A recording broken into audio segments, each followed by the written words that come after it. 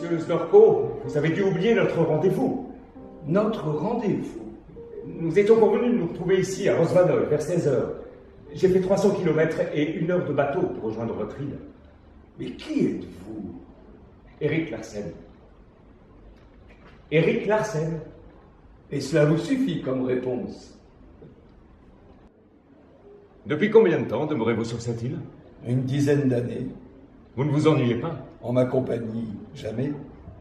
N'est-ce pas fatigant de vivre avec un génie? Moins que de vivre avec un imbécile.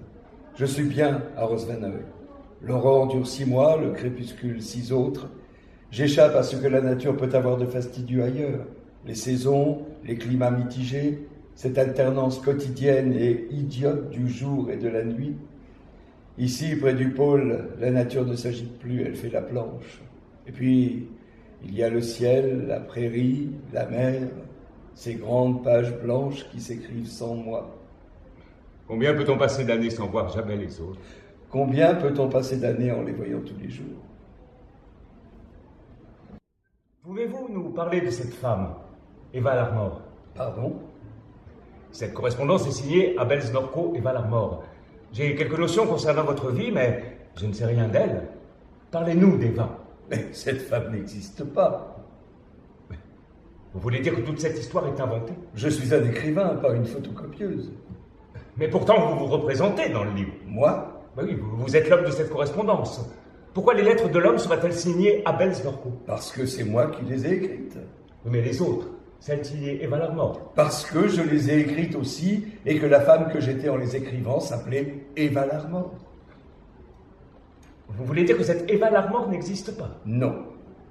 Et qu'elle n'est inspirée par personne? Pas à ma connaissance. Pas inspirée par une femme ou des femmes que vous auriez aimées? Mais qu'est-ce que ça peut vous faire? Ce qu'il y a de beau dans un mystère, c'est le secret qu'il cache, pas la vérité qu'il contient. Quand vous allez au restaurant, entrez-vous par les cuisines et fouillez-vous les poubelles en sortant?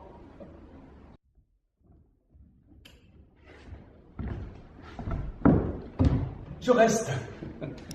Il y a quelque chose qui m'amuse chez les menteurs, c'est qu'ils ne peuvent s'empêcher de dire la vérité. J'attends mon heure. Vous avez des provisions de bouche? J'attends. Quoi? Et vous? Qu'est-ce qu'un homme attend d'un autre homme? C'est parce qu'ils ne le savent pas que les hommes continuent de se fréquenter. Que voulez-vous? Et vous? Ah, terrible impasse. Ils sont 2 et aucun ne parlera le premier. Eh ben, en attendant, parlez-moi de vous. Je vois pas ce que je pourrais avoir envie de vous dire. Vous êtes marié? Oh oui, vous êtes marié et amoureux de votre femme. Enfin, vous le croyez. Qu'est-ce qui vous fait dire cela? Il émane de vous un fumée d'intense platitude. Cela sent le pot-au-feu, la charentaise, le mégot propre, le gazon coupé et la lavande dans les draps. Je ne vous vois pas vivre quelque chose de différent des autres.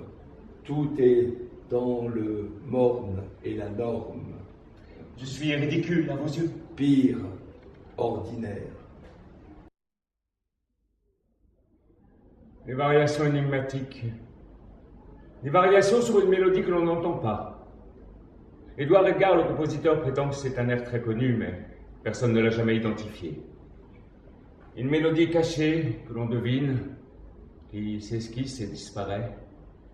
Une mélodie qu'on est forcé de rêver, énigmatique, insaisissable.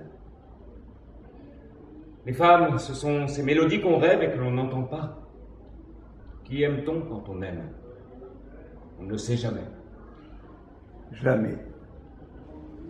Très bien, mais je suis désolé, je ne vais pas vous importuner plus longtemps. Il n'y a rien à faire ici. Je vous donne pardon du dérangement. Mais qu'est-ce qui vous prend? Nous causons tranquillement. Je vous trouve moins sot que la plupart de vos confrères. De quoi vous plaignez-vous? Je réponds à vos questions. Vous me répondez par des insultes. Ah, c'est tout ce que j'ai de disponible pour certaines questions. Vous vous estimez toujours supérieur à votre interlocuteur.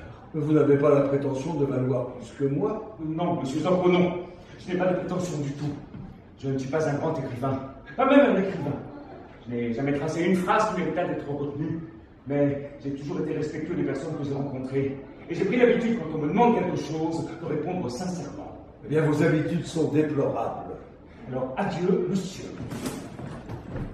Tout ce qu'il y a de détresse dans l'amour, c'est avec elle que je l'ai découvert. Avez-vous déjà senti la cruauté tapie sous une caresse? On croit que la caresse nous rapproche. Elle nous éloigne. La caresse agace, exacerbe. La distance se creuse entre la paume et la peau.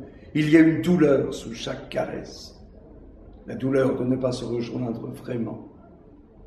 La caresse est un malentendu entre une solitude qui voudrait s'approcher et une solitude qui voudrait être approchée. Mais ça ne marche pas. Et plus on s'excite, plus on recule.